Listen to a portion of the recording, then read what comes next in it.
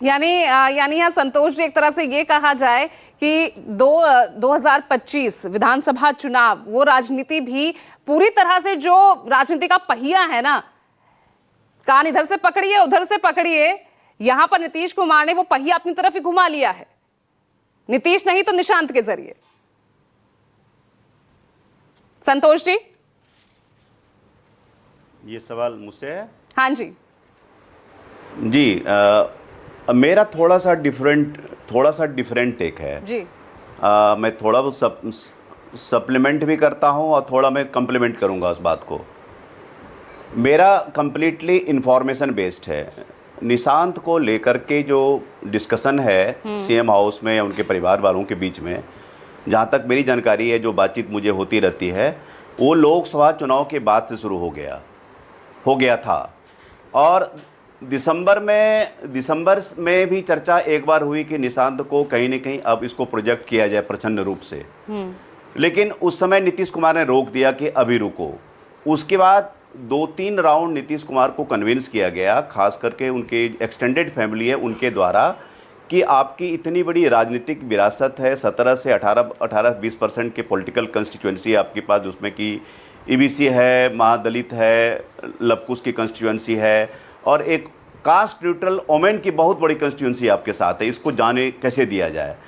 तो आप अगर थ्योरी ऑफ एलिमिनेशन प्रैक्टिस करेंगे, जितने नेताओं की हम चर्चा भी कर रहे हैं, वेदर ललन सिंह हैं, चाहे विजय कुमार चौधरी हों, संजय झा हों, अशोक चौधरी हों, इनमें से कोई इनके राजनीतिक वारिस नहीं है।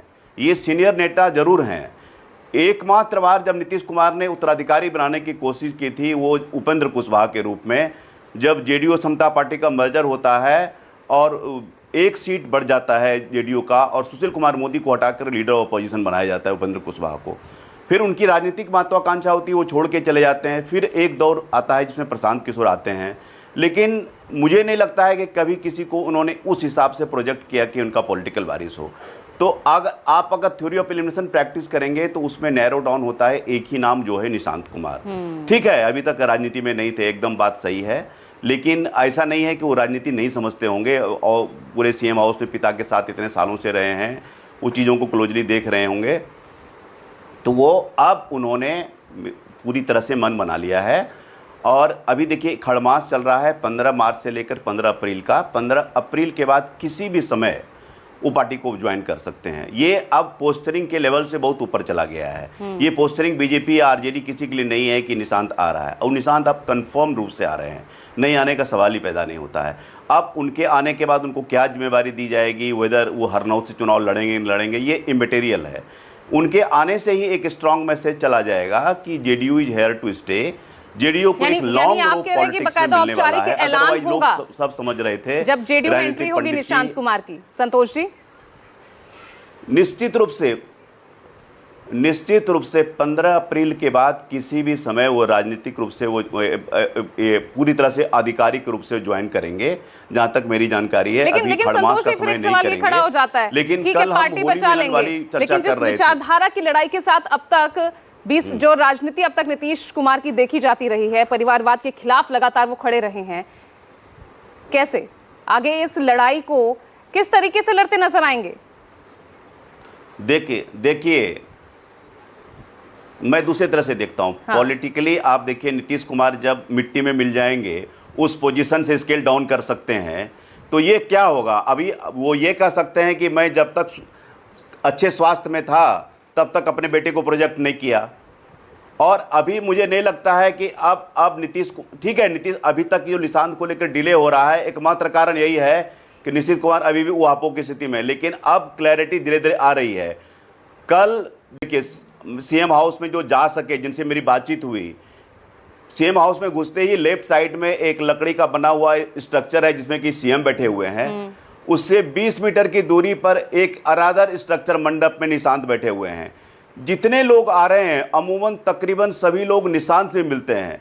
कुछ लोगों को तो जो कि डिस्ट्रिक्ट प्रेसिडेंट हैं, बड़े कार्यकर्ता हैं, उनको निशांत से मिलवाया गया।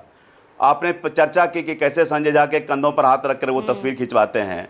तो आप देखिए कि जो भी फ्रंट रंग लीडर हैं वो भी कहीं न कहीं अपनी पॉलिटिक्स को रिविजिट कर रहे होंगे। तो मुझे लगता है कि निशांत का स्क्रिप्ट अब तैयार है, और निशांत कैसे प्ले आउट करते हैं वो 25 के बाद 26 में ये होगा। जब Nitish Kumar transfer of power की बात करेंगे तब उस समय असली स्थिति पैदा होगी कि उसमें बीजेपी किस प्रकार लेती है।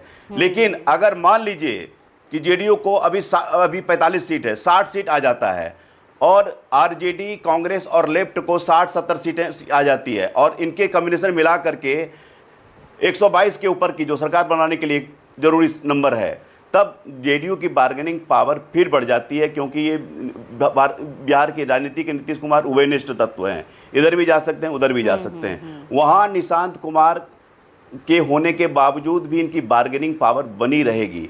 तब बीजेपी को डिसाइड करना पड़ेगा कि वेदर इनके साथ अलायंस में रहना है या नहीं रहना है। और मत भूलिए कि 12 एमपी भी हैं जेडीयू को, ये इंपॉर्टेंट है, सेंटर कभी भी डिस्टर्ब नहीं करना चाहेगी। 40 सीट से अगर कम आता है जेडीयू को तभी जेडीयू का भविष्य खतरे में है। अगर 50 पार करती है जेडीयू तो JDU as a party, Nishant as a leader 2030 तक चलेंगे। 30 में जब होगा उनका राजनीतिक टेस्ट होगा तब होगा। बीजेपी के लिए तो खतरे के घंटे हो जाएगा ना। 25 से 26-27 के बीच में देख रहा हूं। ठीक है।